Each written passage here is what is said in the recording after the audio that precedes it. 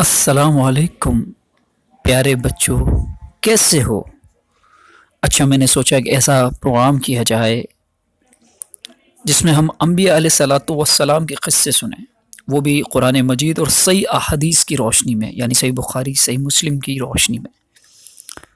اللہ تعالیٰ نے آدم علیہ السلام سے لے کر آخری نبی صلی اللہ علیہ وسلم تک، جو ہمارے نبی ہیں محمد صلی اللہ علیہ وسلم تک، انبیاء علیہ الصلاۃ والسلام اس دنیا میں بھیجیں۔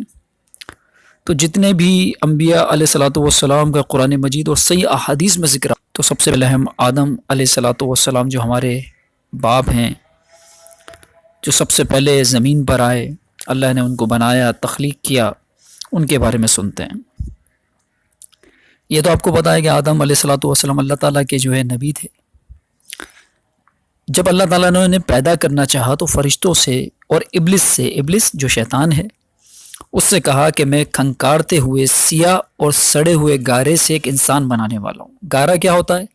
جو آپ نے دیکھا ہوگا سیمنٹ اور بجری کا مکس کرتے ہیں، پانی کے اندر ملا کر پلستر کیا جاتا ہے تو ایک پیسٹ بن جاتا ہے، اس طرح کا ایک گارا اللہ تعالیٰ نے بھی بنایا۔ جب اللہ تعالیٰ نے فرمایا جب میں اسے ٹھیک طرح سے بنا کر مناسب شکل دے دوں گا اور اس میں اپنی روح پھونک دوں گا تو تم سب اس کے آگے سجدے میں گر پڑنا۔ قرآن مجید میں اس کا ذکر ہے، سورہ حجر میں اور سورہ اعراف میں بھی۔ اللہ تعالیٰ نے پوری زمین سے ایک مٹھی مٹی لی۔ اللہ بہت بڑا ہے، اللہ پوری کائنات کا مالک ہے، تو اس کی مٹھی کیا ہوگی ہمیں نہیں پتہ، ہماری طرح کی مٹھی نہیں، ہماری تو چھوٹی سی مٹھی ہے، لیکن اللہ نے ہم سب کو پیدا کیا، پوری کائنات بنائی، چاند، سورج، ستارے، زمین، فرشتے، انسان، حیوان، جاندار، سب کچھ اللہ نے تخلیق کیا، سمندر، ہوائیں۔ تو اس کی اللہ کی مٹھی کے بارے میں تو ہم نہیں جانتے کتنی بڑی ہے، وہ بہت بڑی ہے، اس کا حساب کتاب ہم نہیں لگا سکتے۔ تو بہرحال اللہ نے پوری زمین سے ایک مٹھی مٹی لی۔ اچھا، یہی وجہ ہے کہ آدم علیہ السلام کی جو اولاد ہے، جیسے ہم ہیں اور دوسرے لوگ ہیں، سب آدم کی اولاد ہے نا، کوئی گورا ہے، کوئی کالا ہے، کوئی سانولا ہے، کوئی نرم ہے، کوئی سخت ہے، کوئی ناپاک ہے، کوئی پاک ہے، کیونکہ پورے زمین سے مٹی لی گئی ہے۔ تو مٹی کے اندر آپ کو پتہ ہے کالی بھی ہوتی ہے، سانولی طرح سے بھی ہوتی ہے، نرم بھی ہوتی ہے، مٹی کہیں سے سخت بھی ہوتی ہے، صاف ستھری بھی ہوتی ہے، گندی بھی ہوتی ہے۔ تو اسی وجہ سے لوگوں میں بھی اس طرح کے، آپ کو انسانوں میں بھی لوگ آپ دیکھتے ہیں ملیں گے اس طرح کے لوگ۔ اچھا، پھر کیا ہوا؟ پھر اللہ تعالیٰ نے اس مٹی کے خلاصے سے گارا تیار کر لیا۔ جب گارا سیاہ اور بدبودار ہو گیا تو اس میں کھن کھن کی آواز آنے لگی، تو اللہ تعالیٰ نے اپنے دونوں ہاتھوں سے آدم علیہ الصلاۃ والسلام کا پتلا بنایا، اپنے ہاتھوں سے۔ اس کی ہاتھوں کی کیا کیفیت ہے یہ بھی ہم نہیں جانتے، اللہ کو پتہ ہے۔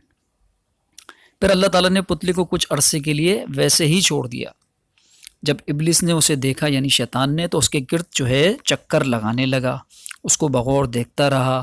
اس نے دیکھا کہ پتلا اندر سے خالی ہے، تو وہ سمجھ گیا کہ آدم اپنے اوپر قابو نہ رکھ سکیں گے۔ یعنی بہکاوے میں آ جاتے ہیں نا ہم بھی، کسی نے ہمیں کسی کے بارے میں کوئی بات بتائی تو ہم بدگمانی کر لیتے ہیں اور ہم جو ہے وہ پھر اس کے بارے میں برا سمجھنے لگتے ہیں۔ تو یہ طریقہ کیوں ہے کہ خالی جب ہوتا ہے انسان تو شیطان اس پر قابو کر لیتا ہے۔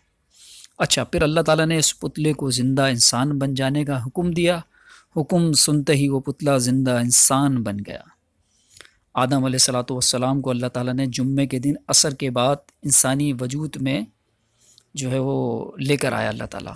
تو وہ انسانی وجود میں کب آئے؟ جمعے کے دن عصر کی نماز کے وقت، یعنی عصر کے وقت جمعے کے دن۔ تو یہ بھی آپ کو یاد رکھنے والی بات ہے آپ کی۔ تو بیٹا اور بچوں، پھر انشاءاللہ میں اس کو مزید آگے بڑھاؤں گا، تو اس کو آپ یاد رکھیں۔